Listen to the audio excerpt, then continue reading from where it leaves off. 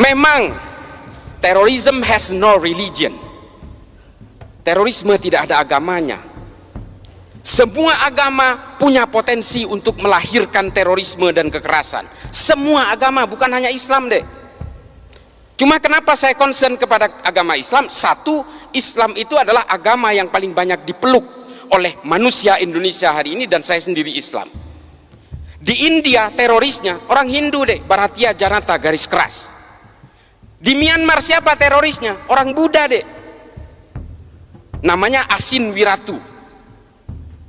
Apakah di Jerman itu ada teroris? Ada, Protestan, namanya Bader-Meinhof nama kelompoknya. Apakah di Amerika tidak ada teroris? Ada deh, namanya White Supremacy, Ku Klux Klan, FARC, Antifa.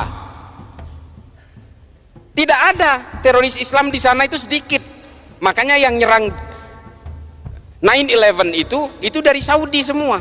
Saya ada di sana waktu itu. Saya tinggal di Amerika kurang lebih 6 tahun. Ketika 9/11 saya tinggal di sana. Saya dulu pernah terpapar dengan ajaran-ajaran Ma'alim fil Thoriq ini. Saya meyakini bahwa kalau Islam ingin berjaya, maka Islam harus tegak secara politik. Itu keyakinan saya dulu. Kalau lihat Gus Dur di TV, saya matikan TV-nya. Ini antek Yahudi nih. Saya dulu begitu. Ketika ada orang-orang Islam yang moderat, wah saya matikan TV-nya. Cak Nur apalagi, paling saya benci itu. Nurholis Majid, Allah yarham. Buya Syafi'i Ma'arif, saya ganti channelnya, saya mending nonton yang lain. Itu dulu saya seperti itu.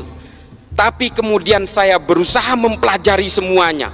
Saya baca buku kanan, buku kiri, buku tengah, saya baca semua. Das Kapital saya habiskan, L'état de Révolution saya habiskan, Ma'alim fil Thoriq, Jahilatul Qarnil Isrin, saya baca semua. Hingga akhirnya apa?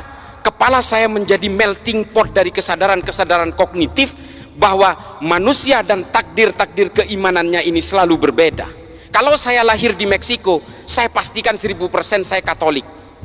Saya tidak bisa nantang soal hidayah. Ini benar-benar prerogatifnya Allah.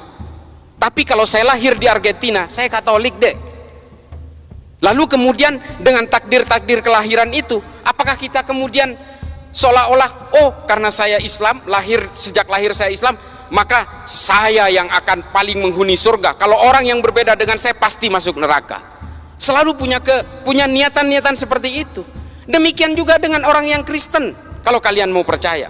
Orang yang Katolik juga begitu kok. Inilah konsep-konsep dasar keyakinan itu. Lalu apakah saya menganggap semua agama benar? Bukan itu konsepnya. Setiap orang yang memeluk agama pasti menganggap keyakinannya paling benar. Persoalannya, apakah dengan menganggap keyakinan saya yang paling benar, apakah saya harus menyalah-nyalahkan keyakinan orang lain? Kan nggak harus. Itu adalah kesalahan besar, offsetnya di situ. Dengan mengatakan istri saya cantik, saya tidak harus mengatakan istri orang lain jelek kok. Ini loh analoginya. Maka kemudian Habib Ali Al-Jufri membuat sebuah buku, judulnya Al-Insaniyah Qabla Tadayyun, mengenal kemanusiaan lebih dulu sebelum mengenal agama. Karena apa? Kelahiran kita dan konsep-konsep keimanan ini berbanding linier. Kita beragama Islam karena lahir dari negara dengan mayoritas Islam dan dari orang tua beragama Islam. Kalau kita ini lahir di negara-negara dengan beragama Hindu, misalnya di India, kita lahir di Jammu misalnya, bisa jadi kita ini Hindu. Atau lahir di Bali, bisa jadi Hindu. Sementara kita tidak pernah ditawarkan mau lahir dari orang tua beragama apa. Tiba-tiba kita lahir brojol Islam, ikut keimanan orang tua, lalu I'm the man, I'm the holder of universe. Ini loh penyakit-penyakit orang yang kemudian menghegemoni keimanan bahwa dia itu adalah pemegang kebenaran tunggal.